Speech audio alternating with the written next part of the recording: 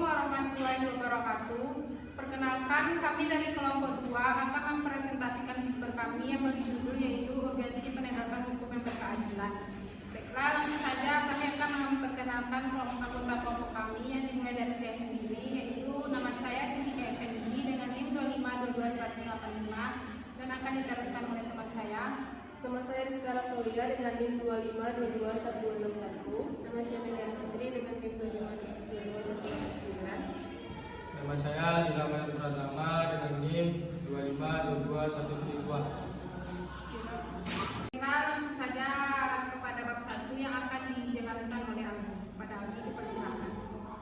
Yaitu tentang poin A, yaitu latar belakang dari penegakan hukum, yaitu latar belakang dari urgensi penegakan hukum yang berkeadilan.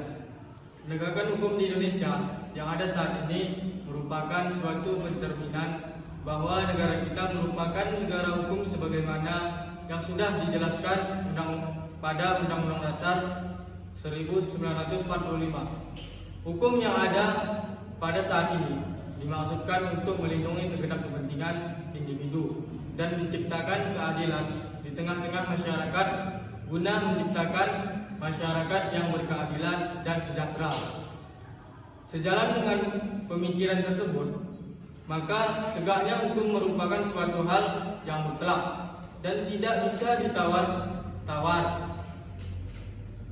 Tak ada individu yang kebal hukum ataupun mendapat perlakuan khusus dalam penegakan hukum yang konsisten di negeri ini guna mencapai suatu keadilan yang merupakan cita-cita dari terbentuknya hukum. Hal tersebut diperkuat dengan Undang-Undang Dasar kita yang dimana dalam struktur hukum kita merupakan sebuah landasan bagi semua peraturan hukum atau undang-undang yang ada. Dalam pasal 27 ayat 1 yang berbunyi segala warga negara bersama kedudukannya dalam hukum dan pemerintahan dan wajib menjunjung hukum yang tidak ada kecualinya.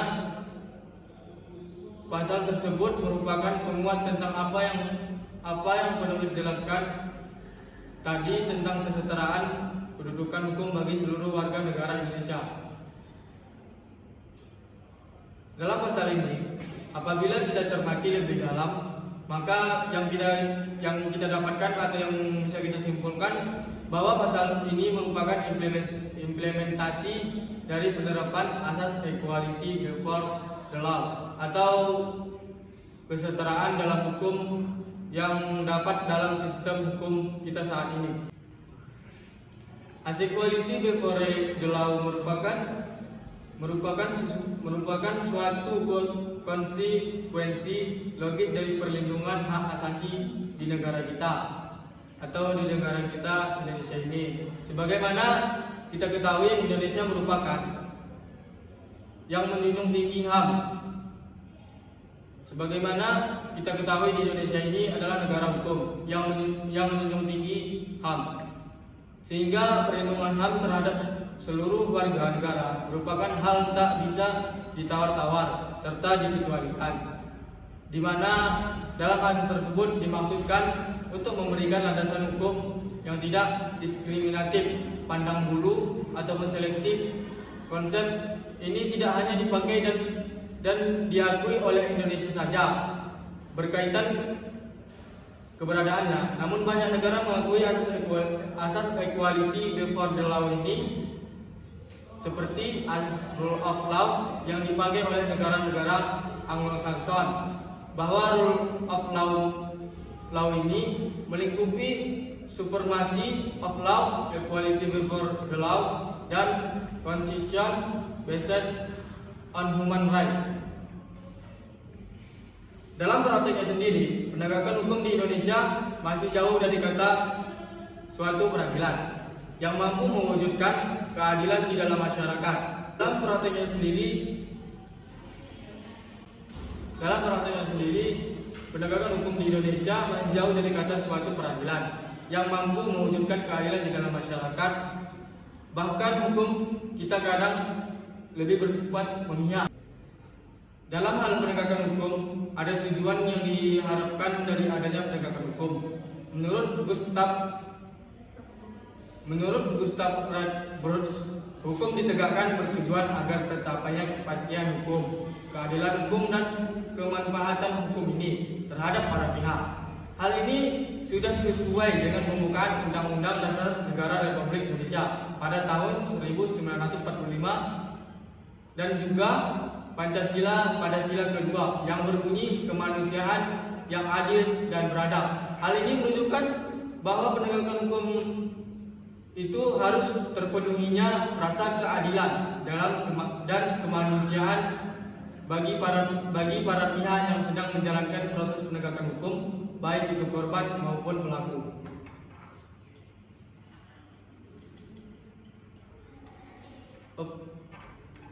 Penegakan hukum yang efektif menurut Lawrence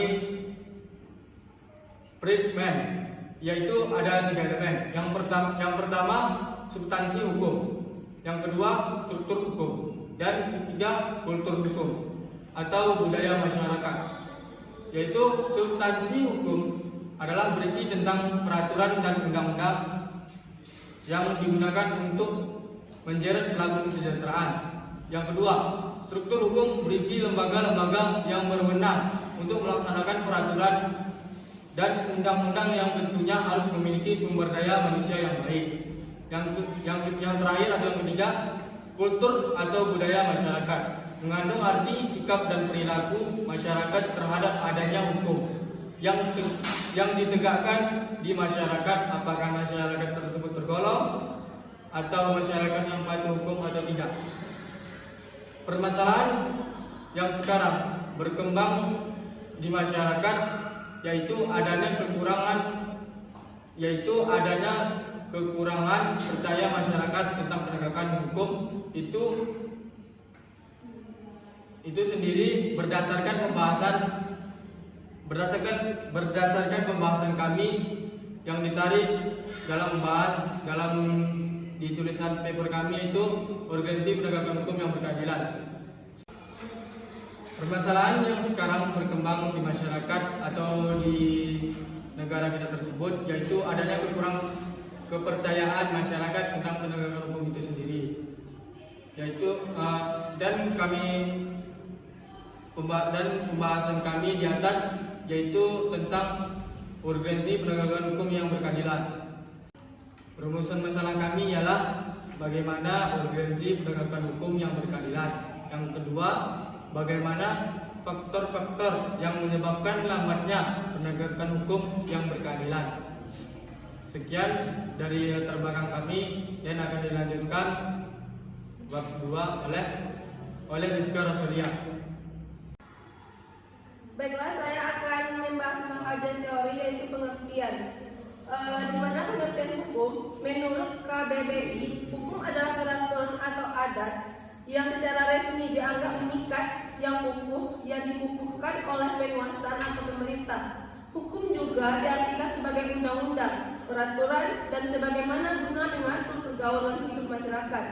Dan menurut ahli Leon Dogut, merupakan ahli hukum asal Prancis, menurutnya hukum itu adalah tingkah laku para anggota masyarakat yang harus dipatuhi sebagai jaminan kepentingan bersama. Dan kedua itu pengertian penegakan hukum.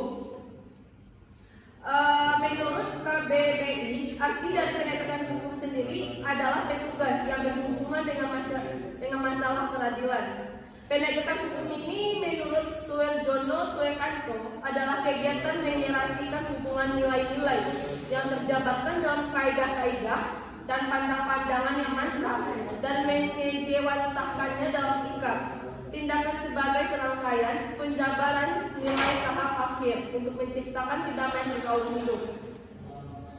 Di mana landasan penegakan hukum yang dapat menjawab tuntutan masyarakat haruslah hukum yang responsif. Jika tidak ada hukum, maka akan kehilangan rohnya. Moral dan keadilan adalah merupakan rohnya hukum reformasi. Hukum haruslah melihat kembali pendatanan moralitas yang hidup, tumbuh dan berkembang dalam masyarakat. Dan suara-suara rakyat dari bawah haruslah sudah tiba di waktunya untuk disahuti dengan merumuskan berbagai kebijakan yang dituangkan dalam untuk pembangunan hukum.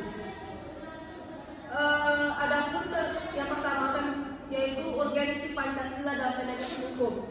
Di mana dalam penegakan hukum ini Pancasila adalah Volksgeist atau jiwa bangsa yang menjadi ideologi dalam berbangsa dan bernegara. Indonesia sebagai negara hukum membutuhkan penegakan hukum yang memiliki jiwa Pancasila dalam membangun integritas diri dan keadilan di tengah masyarakat. Tujuan dari penulisan artikel ini adalah untuk mendeskripsikan hakikat Pancasila sebagai pedoman penegakan hukum dalam mewujudkan integritas diri dan keadilan. Dan metode penulisan ini adalah penulisan secara normatif, yaitu melalui pendekatan analitis atau analytical approach.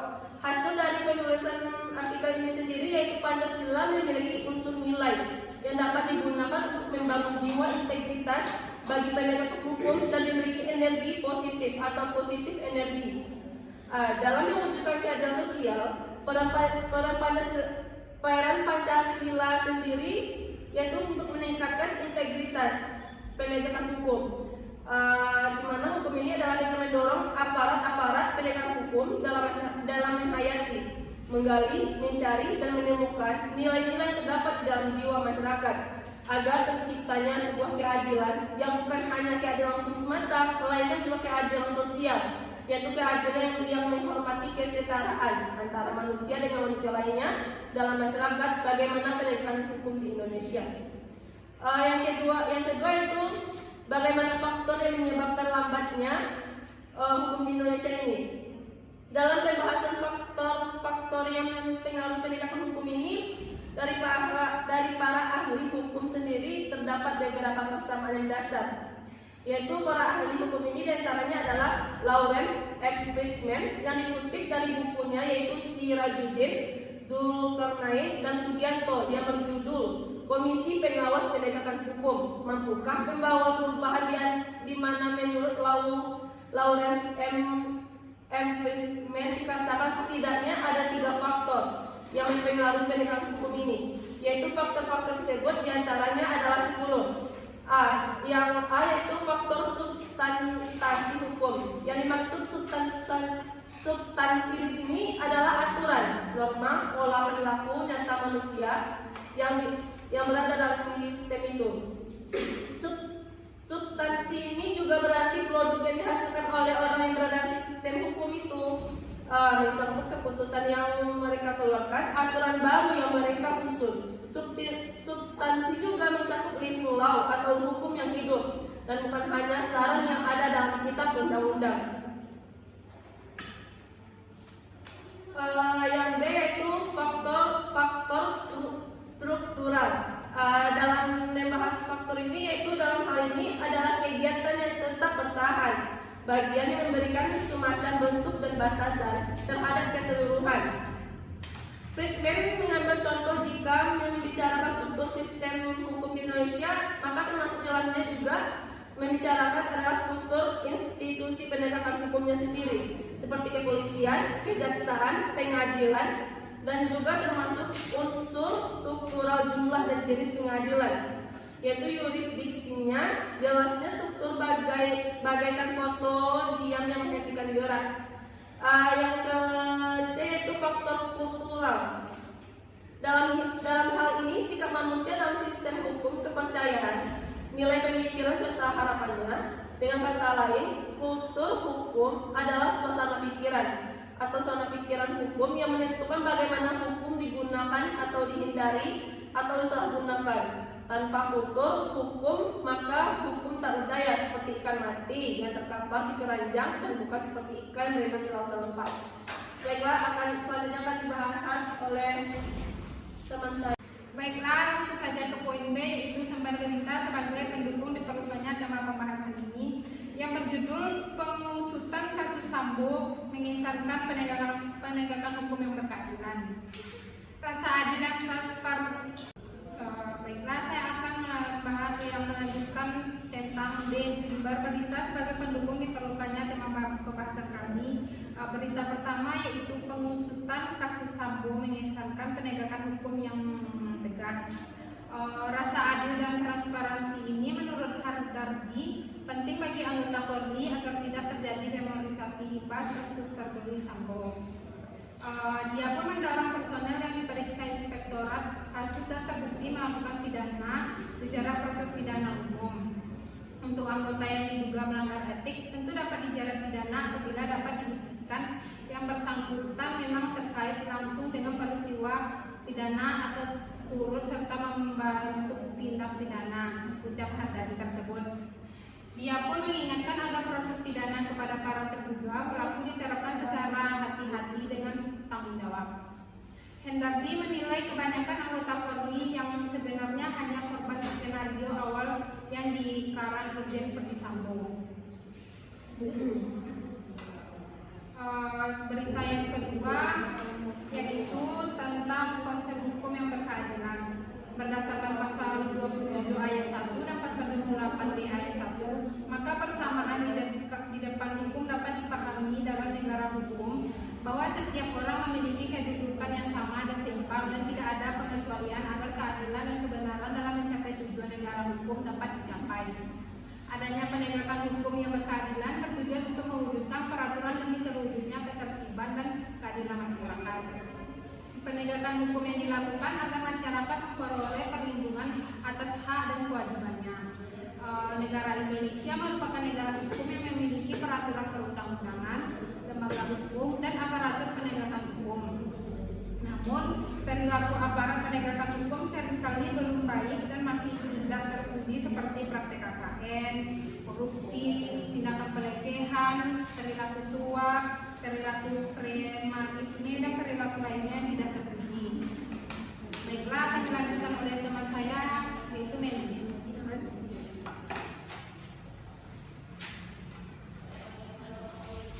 Boleh Pak? Saya akan melanjutkan materi dari Saudari Ica. Pada poin C, pendapat dan analisis penulis terhadap masalah yang dibahas. Dalam berita yang kami kutip, hubungan antara hukum dengan penegakan hukum mempunyai kaitan yang sangat erat di mana hukum diartikan sebagai undang-undang, peraturan, dan sebagaimana guna mengatur pergaulan hidup masyarakat. Penegakan hukum adalah kegiatan mengimplementasikan hubungan nilai-nilai yang terjabar dalam kaidah hukum. Pandangan-pandangan yang mantap dan penyamatannya dalam sikap tidak sebagai serangkaian penyabaran nilai terhadap tahap akhir yang menciptakan kedamaian pergaulan hidup. Peran Pancasila dalam peningkatan integrasi penegakan hukum adalah dengan mendorong aparat-aparat penegak hukum dalam menghayati, menggali, mencari, dan menemukan nilai-nilai yang terdapat dalam jiwa masyarakat yang agar tercipta keadilan dan hanya keadilan hukum semata melainkan keadilan sosial.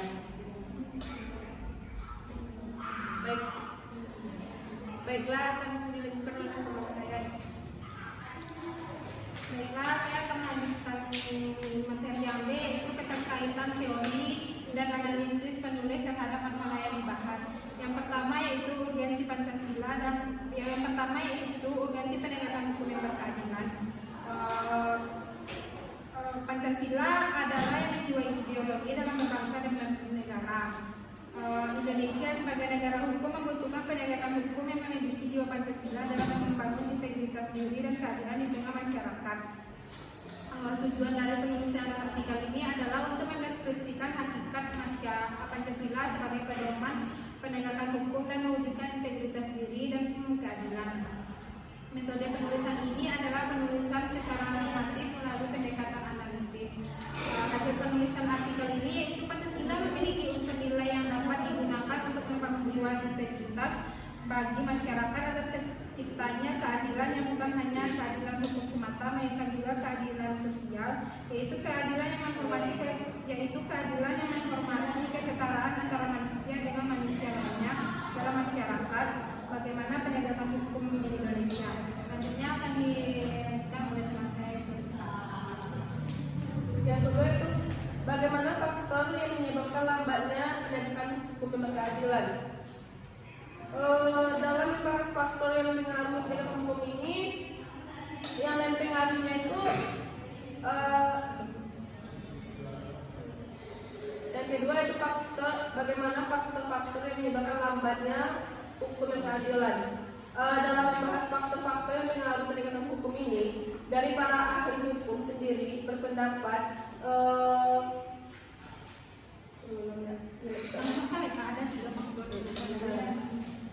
ada tiga faktor yang menyebabkan yang mempengaruhi penegakan hukum. Yang pertama itu faktor substansi hukum. Yang dimaksud substansi ini adalah aturan, normal, pola, perilaku nyata manusia yang berada dalam sistem ibu itu.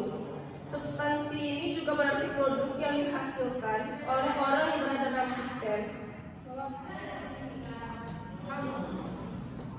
Hukum itu sistem hukum itu mencakup keputusan yang mereka keluarkan, aturan baru yang mereka susun. Substansi ini juga mencakup living law atau hukum yang hidup, dan bukan hanya saran yang ada dalam kitab undang-undang saja. Yang B itu faktor struktural. Di dalam faktor ini adalah membahas tentang bertahan, bagian yang memberikan semacam bandwidth dan batasan terhadap keseluruhan.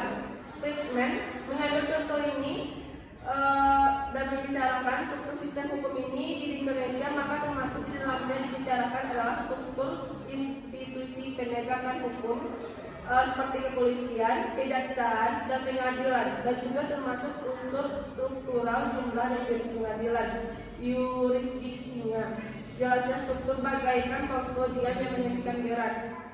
Yang C itu faktor kultural. Dalam hal ini sikap manusia dalam sistem hukum kepercayaan. Jika nilai pemikiran serta harapannya. Dengan kata lain, hukum adalah suasana pikiran hukum yang menentukan bagaimana hukum digunakan, dihindari atau disalahgunakan.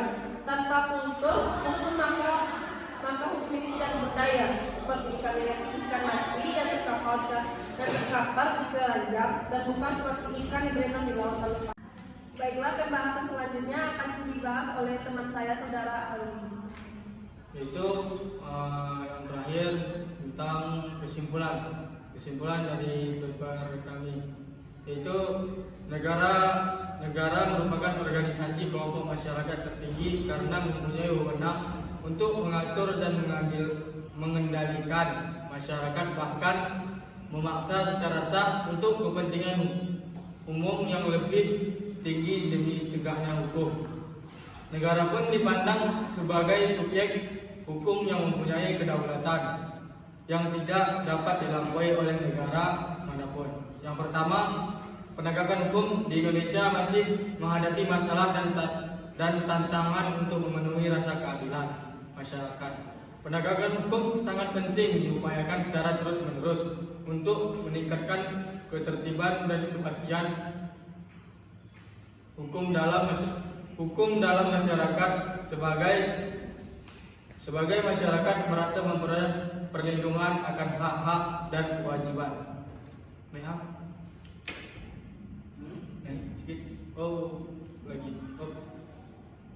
Yang kedua, ketidakpuasan masyarakat ini menjadi pertanda lemahnya penegakan hukum di Indonesia. Hukum yang dianggap sebagai cara untuk mencari keadilan bagi masyarakat malah memberikan rasa ketidakadilan kepada masyarakat.